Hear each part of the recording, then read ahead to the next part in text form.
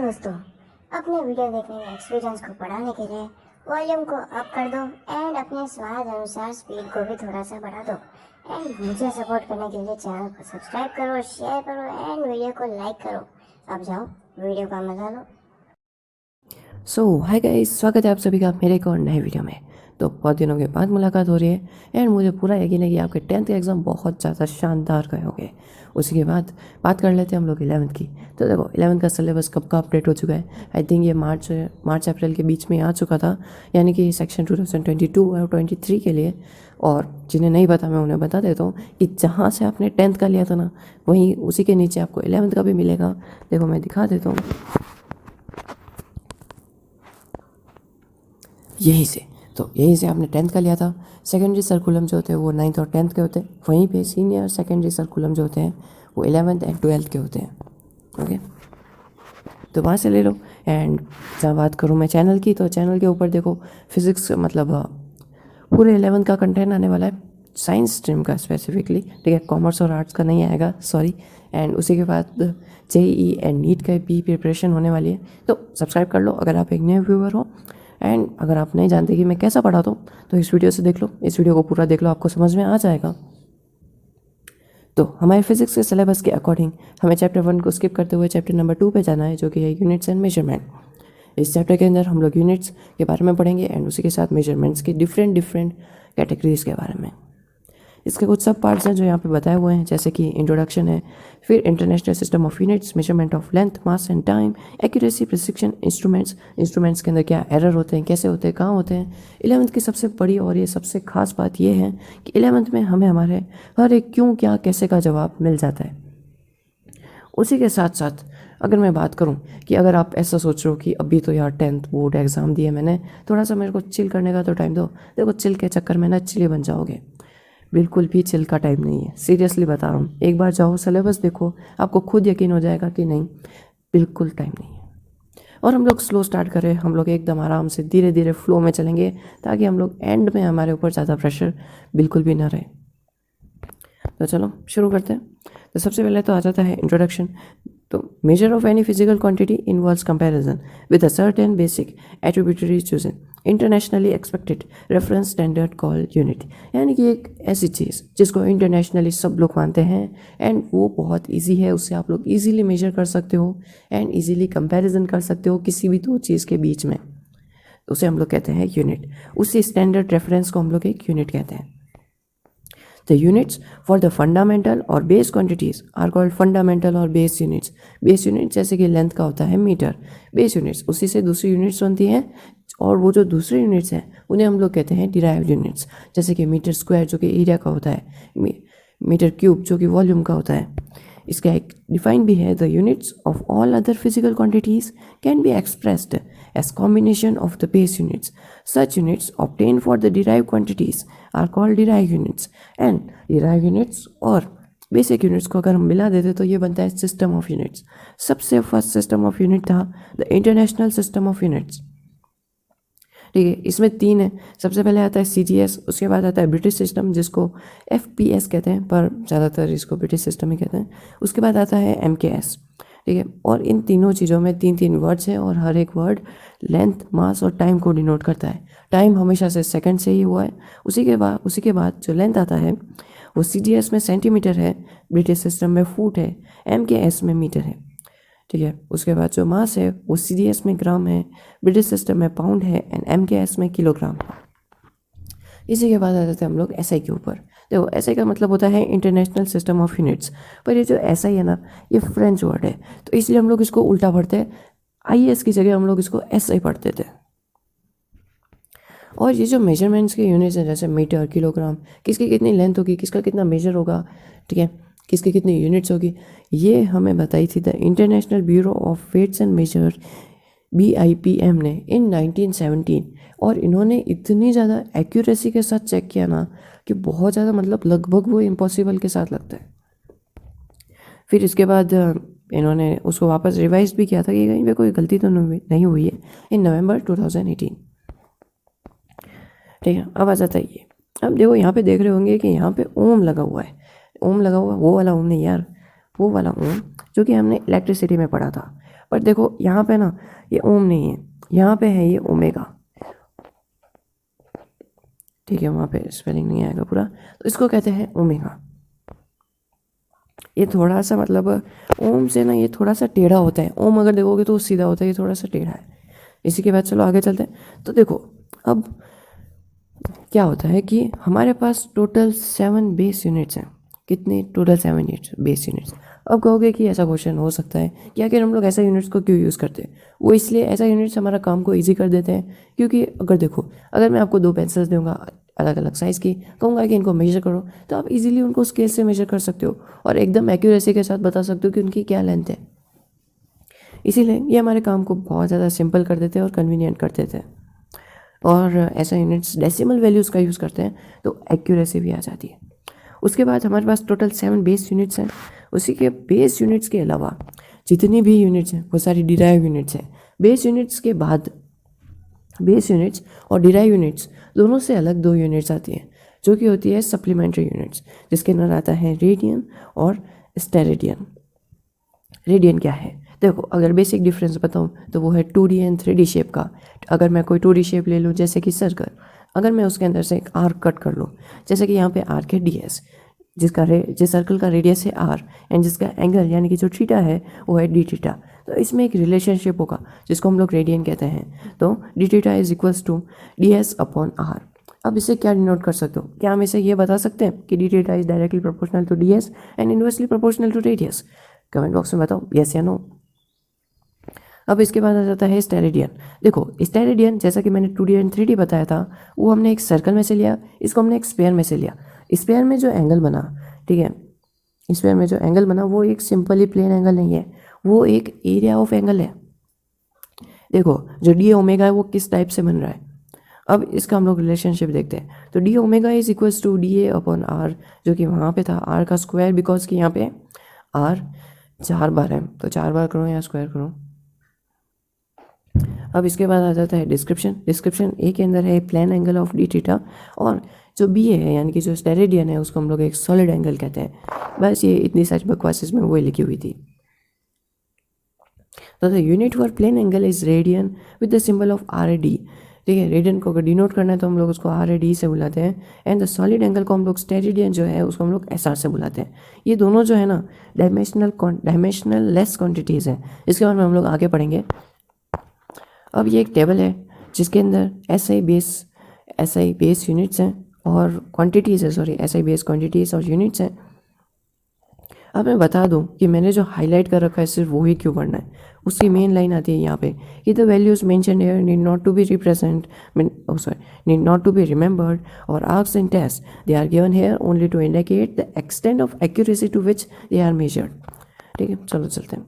तो लेंथ, ठीक है, सबसे पहले बेस क्वांटिटीज़ देख लेते हैं। बेस क्वांटिटीज़ है length, mass, time, electric, thermodynamic, temperature, amount of substance and luminous intensity. अब नेम क्या आता है? लेंथ का आता है मीटर, सिंबल है m। मास का आता है किलोग्राम, सिंबल है kg। टाइम का आता है सेकंड, सिंबल है s। इलेक्ट्रिक का आता है एम्पियर एंड सिंबल है a। यहाँ तक तो हमें मालूम था। अब आगे चलते हैं। अब आता है थर्मोडाइनमिक, टेम्परेचर का आता है केल्विन, सिंबल है K। अमाउंट ऑफ सब्सटेंस का आता है मोल, सिंबल है MOL। फिर ल्यूमिनस इंटेंसिटी का आता है कैंडेला, जिसका सिंबल है CD। अब यहाँ जो मीटर है जिसका सिंबल है मैं ये ऐसा ही, अच्छा ठीक है, ये सब कुछ हमने देख लिया। देखो, मैं इसकी बात कर रहा था, इसका हम लोग एग्जांपल ले लेते हैं कि ये ऐसा यूनिट मीटर कैसे है। It is defined by taking the fixed numerical value of the speed of light in vacuum C to the 299792458 when expressed in unit meter minus second, where the second is defined in terms of the Gaussian frequency। ये Gaussian frequency होता है, तो मतलब बहुत ज़्यादा accuracy का इन्होंने use किया है। ये इतना इम्पोर्टेंट नहीं है बिकॉज ये 12th में आएगा, ना कि ये JEE में भी नहीं आ रहा है, तो इतना कुछ नहीं। तो अभी आते हैं some units retained from general use through outside of SI, ऐसे कि मिनट का होता है यानी कि 60 सेकेंड्स। ये वो यूनिट्स हैं जो कि मीटर से मतलब कि जो बेसिक यूनिट से बनी है पर उनसे अलग हैं। ठीक है, देख लो, जैसे कि minute, hour, day, year, degree, litre, tonne, carat, bar, curie, roentgen, quintal, barn, are, hectare, standard atmospheric pressure, ये सब कुछ। तो ये टेबल प्लीज़ याद कर लेना। इसके बाद आता है हमारा measurement of large distance. Large distance में आ जाते हैं प्लैनेट्स। जैसे कि हमने 9th में मैथ्स में देखा था कि ट्राइगोमेट्री में हम बताते हैं कि हम इजीली ट्राइगोमेट्री रेशियो से किन्हीं भी दो प्लैनेट्स के बीच में किन्हीं भी दो प्लैनेट्स के बीच में, एक माउंटेन और हमारे आई कांटेक्ट के बीच में हम लोग लेंथ को फाइंड कर सकते हैं। पर माउंटेन की हाइट कैसे निकालें, हमारा और उसका डिस्टेंस कैसे निकालें, एंगल कैसे निकालें, वो सब कुछ हम लोग यहाँ पे देखेंगे। The large distance, such as the distance of a planet or a star from the Earth, cannot be measured directly with a meter scale. An important method in such cases is the parallax method. Parallax. Wow. When you hold a pencil in front of you against, चलो अगर pencil कहीं पे है तो लेके आ जाओ यार, मज़ा आएगा। When you hold a pencil in front of you against some specific point on the background, चलो हिंदी में बता दो। सबसे पहले एक पेंसिल को अपने हाथ में उठाओ, पेंसिल नहीं है तो अंगूठे को उठा लो, कुछ और मत उठाना, अंगूठे को उठाओ। अब सबसे पहले अपनी राइट वाली आँख को बंद करो एंड लेफ्ट वाली आँख से बिना हाथ को हिलाएं उस अंगूठे को देखो। अब उसी पॉइंट पे लेफ्ट को बंद करो एंड राइट को खोलो, आप देखोगे कि अंगूठे की जो पोजीशन है वो चेंज है एंड उसी को हम लोग कहते हैं पैरालैक्स। अब पैरालैक्स क्या था, अब ये क्या है पता है, ये जो आपकी आइज़ के बीच का जो डिस्टेंस है ना और अंगूठे के पोजीशन का जो डिस्टेंस है, मतलब वो चेंजिंग पोजीशन का, वो एग्जैक्टली सेम है, उसी को हम लोग पैरालैक्स कहते हैं। जैसे पैरेलल होता है ना, वैसे ही parallax. The distance between the 2 points of observation is called the basis. In this example, the basis is the distance between the eyes. तो उस हिसाब से to measure the distance of DO of a far away planet as by the parallax method, we observed it from 2 different points observations A and B on Earth, separated by distance AB, which is equals to small b.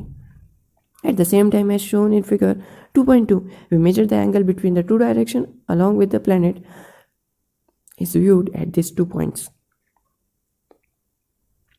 देखो जो theta angle है, यानी कि जो parallax angle है ना, वो है एंगल ASB। चलो देखते हैं आगे ये है क्या, एंगल ASB यानी कि एंगल जिस पॉइंट से, जो यानी कि पैरालैक्स पॉइंट से जिस पॉइंट का डिस्टेंस आपको फाइंड करना है उनके बीच का जो एंगल बनता है, यानी कि उनके बीच का जो थीटा बनता है, उसे ही हम लोग पैरालैक्स एंगल कहते हैं। और दूसरी टर्म आती है पैरालैटिक एंगल, दोनों एक ही चीज़ है। अब देखो यहाँ पे क्या है, as the planet is very far away, D/D is smaller than 1 and therefore theta is very small. देखो ऐसा समझ लेते हैं कि अर्थ, मतलब ये पूरा यूनिवर्स है ना, मतलब इतने सारे साइंटिस्ट ने इस पूरे यूनिवर्स को एक बड़ा सा सर्कल माना है, ठीक है। और इस बड़े से सर्कल का, जैसे मान लो कि यहाँ पे एक छोटा सा प्लैनेट है, जैसे मान लो कि यहाँ पे एक छोटा सा प्लैनेट है और हमारा अर्थ है यहाँ पे, ठीक है, सॉरी सेंटर में बना देते हैं ना, तो हमारा अर्थ है यहाँ पे, सेंटर में है नहीं, बस हम लोग ऐसे मान रहे हैं। तो इसके हिसाब से इनके बीच का, यानी कि centre and radius and in सब के बीच का जो कुछ भी एंगल बन रहा है ना, ये 1 से बहुत ज़्यादा स्मॉल है। इसके बारे में हम लोग देखते हैं कि देखो एक जो डिग्री होती है, ठीक है, उससे जो छोटा नंबर होता है वो आता है 1 मिनट। इसके ये 1 मिनट वो वाला मिनट नहीं है जो कि हम लोग टाइम में लेते हैं, ये दूसरा है। और इसके बाद आता है 1 सेकेंड, 1 सेकेंड जिसके ऊपर यहाँ पे 2 मार्क्स आ जाते हैं। तो यहाँ पे जो है ना वो 1 डिग्री नहीं है, वो 1 मिनट भी नहीं है, वो है 1 सेकेंड। मतलब सोच लो डिग्री से भी बहुत ज़्यादा कम, डिग्री से 2 टाइम्स कम, 2 टाइम्स नहीं, मतलब स्मॉलर से भी स्मॉलर। अब AS जो है वो BS के बराबर है, कैसा भाई, AS BS के बराबर है, तो हमने इसको DD मान लिया। एंड AB जो है स्मॉल b के बराबर है, जो कि D थीटा के बराबर है। इसके बीच का रिलेशनशिप क्या है भाई साहब, रिलेशनशिप ये है कि D यानी कि अपने अर्थ से लेके उस स्टार के बीच का जो डिस्टेंस होगा वो होगा B/थीटा। B यानी कि अर्थ के ऊपर हमने जो पॉइंट लिया, एंड थीटा यानी कि उनके बीच का जो एंगल बन रहा है, वेल वो angle most of time constant होता है, ठीक है। तो अब यहाँ पे कुछ एक्सरसाइज है, ठीक है। एक्सरसाइजेस जितने भी हैं, एग्जांपल्स जो कुछ भी है, हम लोग उसको बाद में देखेंगे, पर चलो इसको देख लेते हैं। Calculate the angle of 1 degree, 1 minute and 1 second, arc second कहते हैं वैसे इसको, जो कि मैंने अभी बताया था। चलो देखते हैं। We have 360 degree is equals to 2 pi radian. Radian बात मालूम है ना, भूले तो नहीं? हाँ, वही प्लेन एंगल, तो रेडियन। तो रेडियन मतलब क्या होता है और 2 पाई मतलब क्या होता है? तो 1 degree is equals to pi upon 180, ठीक है, पाई अपॉन 180 और रेडियन आ जाता है। तो रेड तो चलो उसका यूनिट इसलिए अपन ने लगाया है, बाकी आता है पाई अपॉन 180।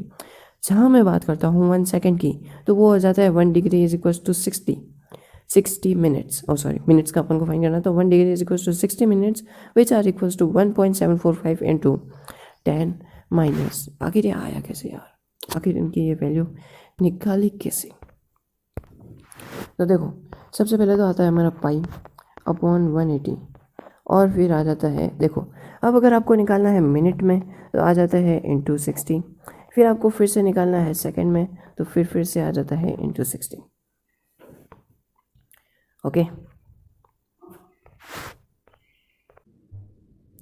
चलो मैं एक बार फिर से बता देता हूँ। तो इसके अंदर कुछ ऐसा होता है, जैसे कि देख लो यहाँ पे हमें बताया हुआ है 1 सेकेंड का, 1 मिनट का, और हम लोग एग्जांपल ले लेते हैं 1 सेकेंड का ताकि आप लोग इजीली कर सको। तो सबसे पहले लेते थे हम लोग 1 सेकेंड। अब 1 सेकेंड को हम लोगों को डिग्री में लेके आना है, ठीक है। डिग्री में आते हैं वो, फिर वो रेडियन में आता है, डिग्री से ही वो रेडियन में आता है। तो चलो इसको तो हमें डिग्री बनाने के लिए मिनट की ज़रूरत होगी, मिनट बनाने के लिए सेकंड की। तो सबसे पहले इसको मिनट बना लेते हैं। मिनट कैसे बनाते हैं, वैसे तो हम लोग नॉर्मली टाइम में मल्टीप्लाई करते हैं, बट यहाँ हमें मिनट बनाने के लिए उसे डिवाइड करना पड़ेगा। ये बन गया मिनट में। अब इसको बनाना है डिग्री के लिए, तो डिग्री के लिए फिर से 1/60। अब इसको रेडियन बनाने के लिए हमें पाई अपॉन 180 से मल्टीप्लाई करना पड़ेगा, और फिर जो कुछ भी वैल्यू आएगा ना वो हो जाएगा आपका रेडियन, ठीक है। कहाँ चला गया? तो अब देखो यहाँ पे तो ये तो हमने देख लिया। अब डिग्री कैसे बनाते हैं, तो डिग्री देखो, जो कि हमें ये वाला रिलेशनशिप दिया हुआ है बिल्कुल इसी तरीके से। अब अगर मैं रेडियन को इधर लेके आ जाता हूँ तो ठीक है, रेडियन, तो ये रेडियन विल बी, मैं ऐसा ही सिंपल आर लिख रहा हूँ, इसको रेडियस मत मान लेना। तो radian will be pi upon 180, हाथ से लिख रहा हूँ ना तो थोड़ा सा, तो डिग्री, जो कुछ भी डिग्री दिया हुआ है इसमें आपको 60 भी दे सकते हैं, 90 भी दे सकते हैं, मतलब जो कुछ भी दे रखा हुआ है, ठीक है। तो ऐसे इसको फाइंड करते हैं, ऐसे इसमें भी फाइंड कर रखा हुआ है, और ऐसे कुछ एग्जांपल्स हैं जिनको हम लोग कल सॉल्व करेंगे। हाल फिलहाल हम लोग आगे बढ़ जाते हैं। Estimation of very small distance, size of molecule. अभी तो हमने देखा कि लंबे लंबे डिस्टेंस को कैसे करते हैं, अब सबसे छोटे डिस्टेंस को हम लोग कैसे मेजर करते हैं। तो as light has a wave like picture, the resolution, देखो लाइट वेव और मतलब वेव के टाइप में भी जाती है, ये हम लोग जानते हैं, एंड इसके ऊपर हमने पहले भी डिस्कस कर रखा है। The resolution to which an optical microscope can be used is the wavelength of light. A detailed explanation can be found in class 12 physics के textbook.